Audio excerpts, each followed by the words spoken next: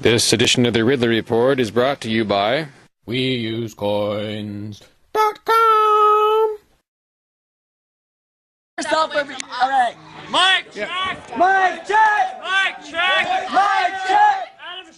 Adam Sharp runs a conservative blog. Runs a conservative blog. Do not talk to him. Do not talk to him. A lot of liberty-leaning Americans dislike Occupy Wall Street.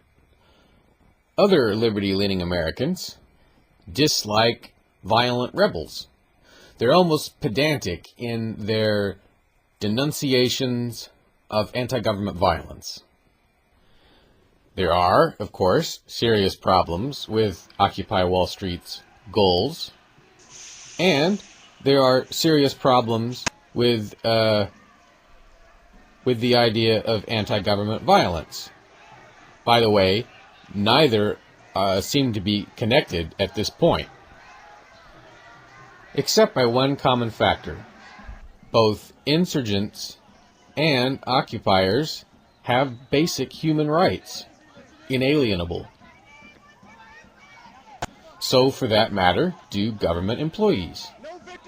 And, of course, the other thing they have in common is, again, I think both the rather hypothetical violent rebels out there and the more real Occupy movement, they're being criticized by the Liberty Movement.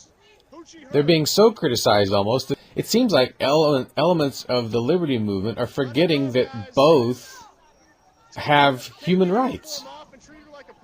They may not be themselves violating those human rights, but they're not standing up for the rights of these people. And in both the case of people who have violently rebelled and in the case of Occupy Wall Street, the rights of the human rights of these people are systematically violated. There aren't very many violent rebels in the United States. There's no real official rebellion or anything like that. But there certainly have been instances where people as individuals have rebelled.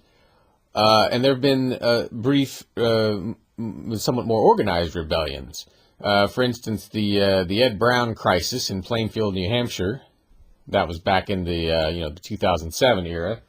It's been a source of real concern for me that people seem to have sort of leapt to the Browns' defense and then suddenly forgotten how to stand up for their human rights as soon as they behaved imperfectly. Now their basic New Hampshire constitutional rights are violated with excessive sentences. This after they engaged in a standoff. It was a relatively nonviolent standoff.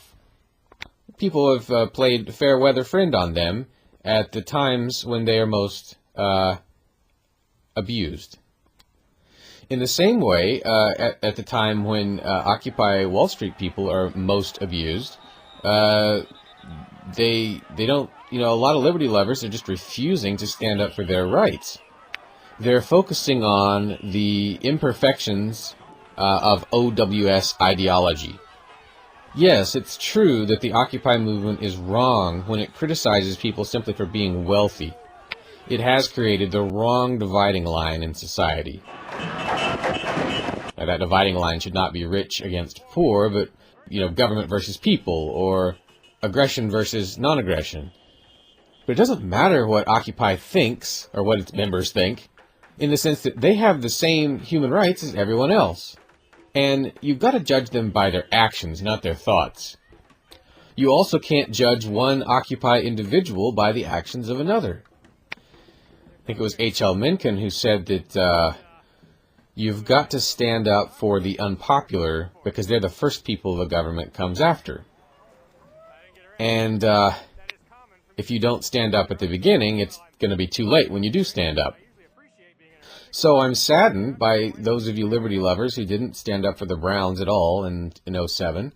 I'm saddened by those of you who abandoned them later when they became more unpopular. And I'm saddened by those of you who play Puritan with the Occupy movement and won't lift a finger to help their rights either.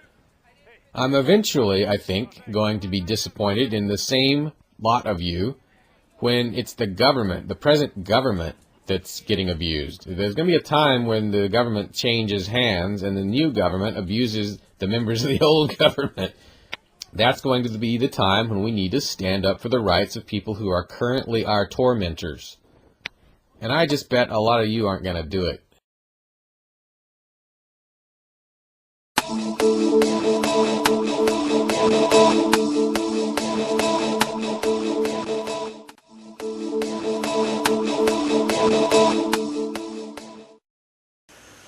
Bitcoins, Bitcoins. I hate everyone who joins for gaining its additional anonymousness, engaging in unregulated busyness. WeUseCoins.com is one place where this wicked people have this wicked fun. I think my head is about to explode. Stamp them out before another single person go. 2